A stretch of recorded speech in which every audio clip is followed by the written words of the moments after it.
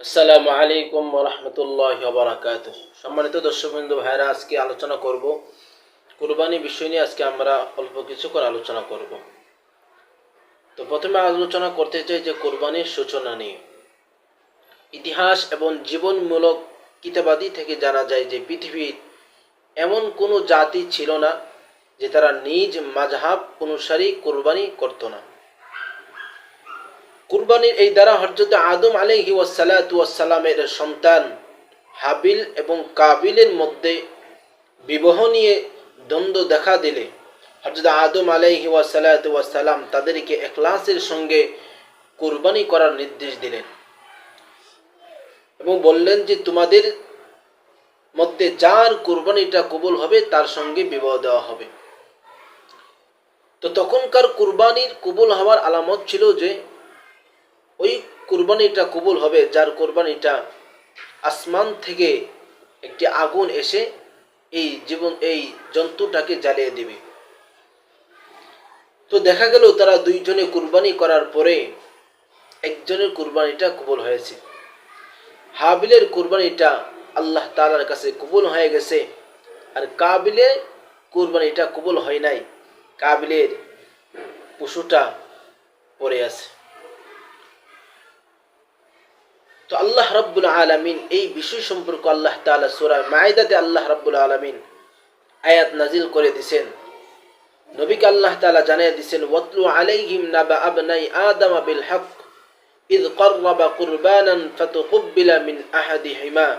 আল্লাহ তাআলা নবীকে জানিয়ে দেন, হে নবী, আপনি তাদেরকে পাঠ করে শুনিয়ে দিন যে যখন আদম আলাইহি ওয়াসসালামের দুই পুত্র একজনের কুরবানিটা আমি আল্লাহ তাআলার কাছে পছন্দ হয়েছে, আর আরেকজনের কুরবানিটা আমি আল্লাহ তাআলার কাছে পছন্দ হয় নাই।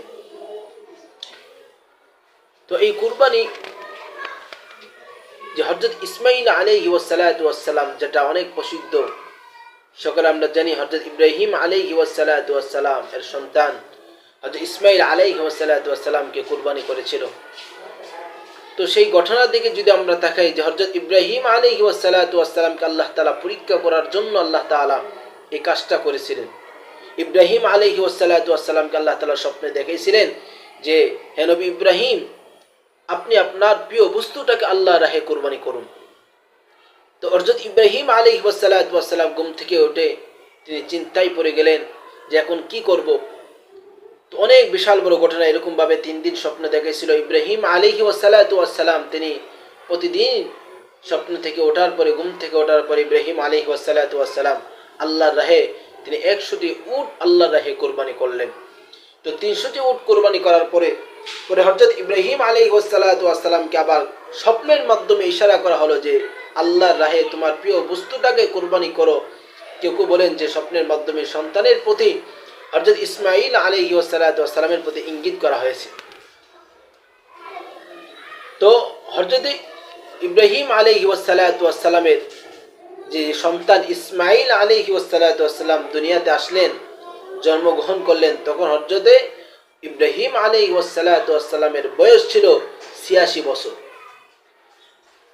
আর হযরত ইব্রাহিম আলাইহি ওয়াসসালামের আরেকটি সন্তান হয়েছিল 99 বছর বয়সে হযরত ইসহাক। এই সন্তান তিনি জন্মগ্রহণ করেছিলেন।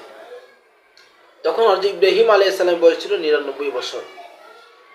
তো এই বৃদ্ধ বয়সে সন্তানটাই ছিল হযরত ইব্রাহিম আলাইহি ওয়াসসালামের কাছে অনেক প্রিয়। তো হযরত ইব্রাহিম আলাইহিস সালাম সন্তানটাকে যখন বলেছিল, সন্তান, আল্লাহ তাআলা তো আমাকে এরকম স্বপ্নে দেখাইছে যে তোমাকে জবাই করার জন্য, তখন হযরত ইব্রাহিম আলাইহিস সালামের সন্তান ইসমাঈল আলাইহিস সালাম বলেছিলেন, সাতাজিদুনি ইনশাআল্লাহু মিনাস সাবিরিন।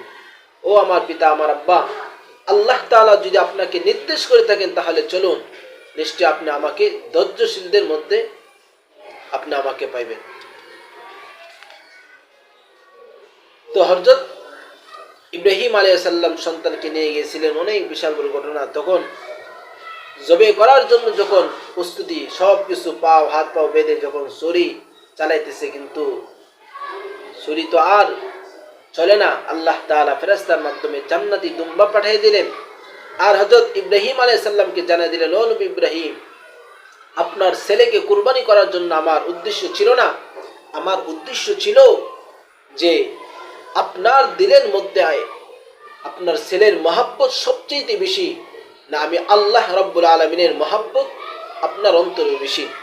আপনি পরীক্ষার মধ্যে পাশ হয়ে গেছেন, আপনার অন্তরের ভিতরে আপনি দেখাই দিলেন যে সন্তানের মহাব্বতের চাইতে আমি আল্লাহর মহাব্বত আপনার অন্তরে বেশি। হযরত ইব্রাহিম আলাইহিস সালাম ওই জান্নাতি পাঠানো দুম্বাগুলো হযরত ইব্রাহিম আলাইহিস সালাম জবাই করলেন। তো এই কুরবানি জবাই করতে হবে একমাত্র আল্লাহ রাব্বুল আলামিনের কে রাজি খুশি করার জন্য আমাদেরকে কুরবানি করতে হবে। যেমন আল্লাহ রাব্বুল আলামিন সূরা আনামের মধ্যে আল্লাহ তাআলা বলেন, ইন্না সলাতি ওয়া নুসুকি ওয়া মাহইয়ায়া ওয়া মামাতি লিল্লাহি রাব্বিল আলামিন, অবশ্যই আমার নামাজ, আমার রোজা, আমার কুরবানি, আমার মরণ, আমার জীবন সব কিছু একমাত্র হবে আল্লাহ তাআলার জন্য। কোরআনের অন্য সূরার মধ্যে সূরা হজ্জের মধ্যে আমরা যদি দেখি, আল্লাহ রাব্বুল আলামিন বলেন যে লাইয়ানাল্লাহু লুহুমুহা ওয়ালা দিমাউহা ওয়ালাকিন ইয়ানালুহুত তাকওয়া মিনকুম। এই আয়াতের মধ্যে আল্লাহ তাআলা মানুষদেরকে বুঝাইতে চাইছেন যে তোমরা যে পশুগুলো জবাই করো সেগুলোর রক্ত, সেগুলোর গোশত আমার কাছে পৌঁছায় না, আমার কাছে শুধু পৌঁছে তোমাদের শুধু তাকওয়া, তোমাদের দিলের তাকওয়া শুধু একমাত্র আমার কাছে পৌঁছে। তো এই জন্য আমাদেরকে কুরবানি করতে হবে একমাত্র আল্লাহ রাব্বুল আলামিনকে রাজি খুশি করার জন্য। অন্য হাদিসে রাসূল আকরাম সাল্লাল্লাহু আলাইহি সাল্লাম বলেন, মানুষ যখন রাসূলকে জিজ্ঞাসা করলো, ইয়া রাসূলুল্লাহ, আমরা যে এই কুরবানি করব আমাদের কি লাভ হবে? তখন রাসূল আকরাম সাল্লাল্লাহু আলাইহি ওয়াসাল্লাম আমাদেরকে শুনিয়েছিলেন যে এই পশুর প্রত্যেকটা পশুমের বিনিময়ে আল্লাহ তাআলা তোমাদের আমলনামায় আল্লাহ তাআলা নেকি দান করবে।